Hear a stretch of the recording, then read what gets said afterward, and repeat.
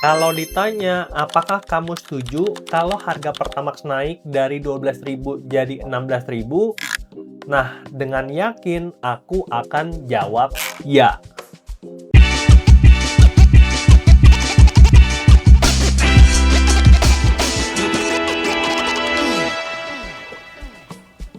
Karena aku pribadi itu tidak setuju dengan subsidi energi.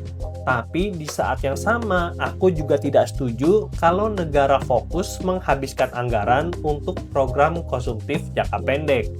Sebagai investor, aku berpandangan kalau negara harus bisa mencapai objektif jangka pendek, jangka menengah, dan jangka panjang. Kok bisa? Menurutku pribadi, yang namanya subsidi harus tepat sasaran. Katanya subsidi BBM untuk masyarakat miskin, sedangkan yang namanya Pertamax kan dipakai kebanyakan oleh kelas menengah, bukan kelas miskin.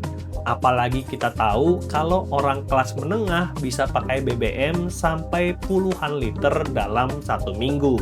Dan karena itu aku berpendapat kalau misalkan subsidi Pertamax yang manfaatin ya orang kayak aku, karena aku pakai Pertamax. Sedangkan yang jadi sasaran subsidi kan harusnya masyarakat miskin. Oleh karena itu, sebenarnya uang dari subsidi Pertamax bisa dialihkan jadi program lain. Lalu poin kedua, dari sudut pandang investor itu lebih suka kalau negara punya anggaran yang sehat.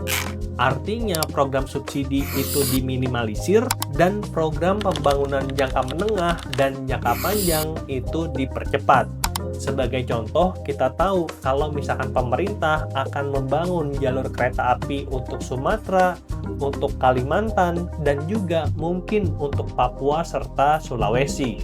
Nah, ini bisa memberikan manfaat jangka panjang yang jauh lebih bagus daripada sekedar yang namanya subsidi BBM atau juga MBG. Lalu poin ketiga, kita bisa lihat kalau sekarang dunia sedang menuju arah yang lebih baik. US dan juga Iran baru aja menyepakati deal mereka terhadap perang ini, dan kita bisa berekspektasi kalau harga Pertamax akan makin turun, mungkin di minggu depan atau mungkin di bulan depan. Dan dengan begitu, tanpa tambahan subsidi pun, seharusnya harga Pertamax akan turun lagi dari 16.000, mungkin jadi 14.000, dan balik lagi jadi 12.000. Karena walaupun aku nggak pro subsidi gitu ya, kan kalau dapat manfaat dari harga Pertamax yang makin murah, tabunganku juga makin bertambah. Dan aku bisa nabung lebih banyak di reksadana pasar uang ataupun reksadana obligasi untuk mencapai tujuan dana pensiun.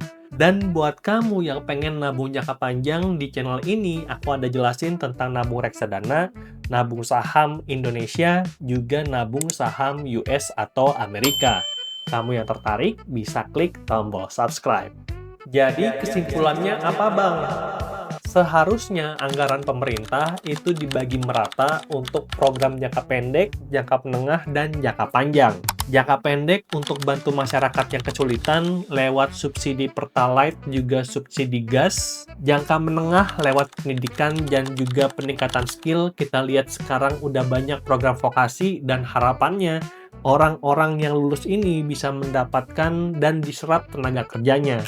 Oleh karena itu, kita butuh bantuan banyak investasi asing, dan kalau misalkan ada industri yang akan buka di dekat tempat teman-teman sekalian, tolong didukung, karena itu bakal buka lapangan kerja.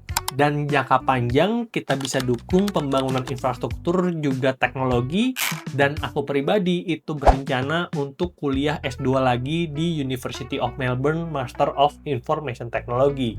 Doakan agar bisa berangkat bulan Juli ini, dan kalau misalkan kamu tertarik untuk S2 ke luar negeri, aku ada jelasin tentang caranya di channel ini, Exit Plan ID, dan semoga itu bisa bantu kita agar tiap hari bisa makin berkembang. Oke, segitu aja video kita pada hari ini. Kalau ada pertanyaan, langsung aja drop di komentar. Dan kalau kamu tertarik untuk nabung jangka panjang, jangan lupa untuk nonton videoku yang lain seperti tadi, nabung reksadana atau nabung saham. Semoga videonya bermanfaat dan sampai jumpa di video yang berikutnya. Bye!